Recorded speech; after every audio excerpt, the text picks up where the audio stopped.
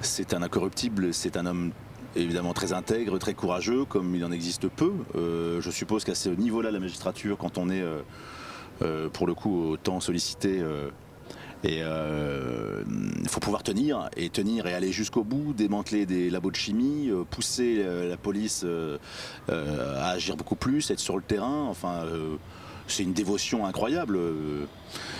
De fait, oui, c'est un héros. Après, c'est quel genre de héros pour le cinéma?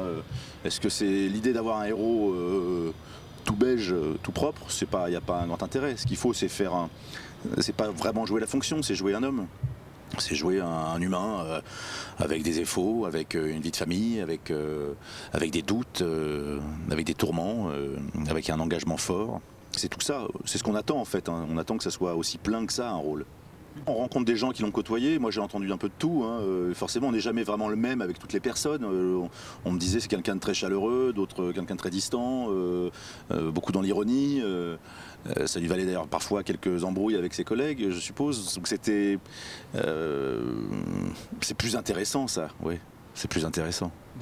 Oui, jouer à Marseille, effectivement, en extérieur, que le palais de justice soit un vrai palais de justice, des vrais bureaux, bloquer la corniche un lundi matin à Marseille, c'est que juste impensable, mais c'est très enthousiasmant, des projets comme ça, quoi. Et puis on y croit, c'est ce qu'on attend. Moi, je dis pas que j'ai... Enfin, c'est un rêve d'acteur, je peux même pas dire que c'est un rêve de gosse, parce que je pouvais pas rêver de ça, enfant, mais c'est un rêve d'acteur, je pense... de jouer un homme, quoi. Pour le coup, je pense que c'est notre premier film d'homme. Voilà, c'est ce qu'on s'amuse à se dire avec Gilles, c'est notre premier film d'homme. On avait des rôles de monsieur et faut-il encore éviter de les jouer et de jouer la frime et jouer la pose. C'est un peu chiant aussi. Je fais de temps en temps des petites infidélités à la France quand tu as des opportunités de tourner 3 jours avec Scorsese ou George Clooney. C'est sûr que ça se refuse pas. C'est une belle expérience. Je le vis comme une expérience, mais absolument pas comme un plan de carrière. J'ai toujours dit que j'étais un acteur français parce que j'aime jouer dans ma langue tout simplement. Je crois pas qu'on puisse être autre chose que ce qu'on est et qu'en plus ce cinéma se porte bien, que jusqu'à présent, même avant les Oscars, on m'offrait quand même des très jolis projets. Faut-il encore bien les choisir? Je fais attention, je prends mon temps. Je suis bien, moi, ici, je me sens bien. Hein. Le jour où on n'aura plus besoin de moi, on n'aura plus envie, bon, ben, je partirai. Mais non, je n'ai franchement jamais eu ce fantasme-là. Je me souviens de tout, je prends le meilleur, mais je n'attends que des projets comme La French, quoi, que ce soit en comédie ou j'attends des projets comme ça très singuliers.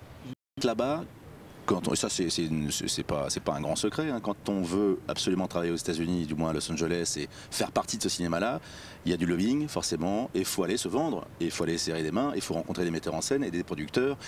Et ça, je vous avoue, je n'ai jamais su le faire, et je crois que ça ne m'intéresse pas. Donc c'est même pas une posture, hein, c'est même pas, je crache pas dans la soupe, hein, je trouve ça formidable quand j'ai des projets, mais il se trouve que j'ai envie de jouer en France, oui.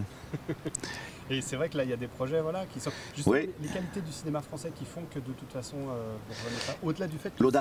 L'audace, je reprends ce mot, mais l'audace. Quand je vois Alain Goldman, le producteur, qui dit à un réalisateur comme Cédric, c'est quoi ton rêve? Bah, mon rêve, ça serait faire la French Connection, voilà l'histoire, et que lui tire ce petit bout de laine et réussisse à monter le film, un deuxième film, avec autant de merveilleux acteurs, je me dis voilà, c'est pas mort, il faut qu'on ait absolument de l'audace. Mais il y en a beaucoup, on n'est pas les seuls.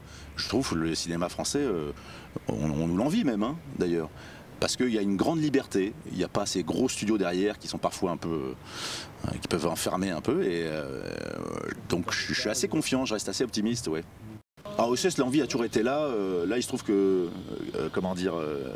Michel était en promotion aussi en même temps, donc on lui a posé évidemment beaucoup la question. On doit me la poser 5 fois par jour. Ça me dérange pas du tout, hein. Je croise même des mecs qui me font comment est votre blanquette? Elle est bonne. Donc je m'amuse à faire du OSS dans la rue, mais il y a une grande envie de faire un 3e, ouais, ça c'est sûr. Maintenant ça dépend aussi beaucoup de lui, il a d'autres choses à faire, mais ça viendra en son temps, voilà. Mais moi je suis partant évidemment, ouais.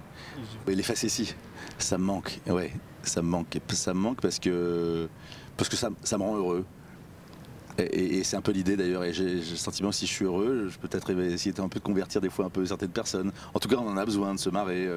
Alors ça fera peut-être pas rire tout le monde, ça je sais, c'est très subjectif. Mais j'y vais, je suis besogneux, je travaille fort, je l'écris, j'ai eu une vision, je sais pourquoi j'y retourne. Je suis curieux. voilà, je suis curieux de me voir aussi 10 ans après le premier, de faire Brise 3, parce que je casse le 2, je me suis amusé à dire ça. Mais effectivement, on est là-dedans. C'est déjà ça. Puis c'est un personnage en circuit fermé. Je peux dire ce que je veux. Je peux faire. Il est à la fois flamboyant et complètement con. Et c'est des personnages que j'aime bien faire. Il y a un très joli passeport aux États-Unis, ça c'est sûr, en disant effectivement que là-bas ça compte, c'est vraiment très très important. En France, là ça va bien, hein, mais c'est vrai que tu te le traînes un peu, parfois un peu comme un caillou dans la Grolle, on va dire. On fantasme beaucoup en fait sur ce truc-là, en se disant ça y est, il est inatteignable, ça va être compliqué, il va se prendre pour un autre, enfin.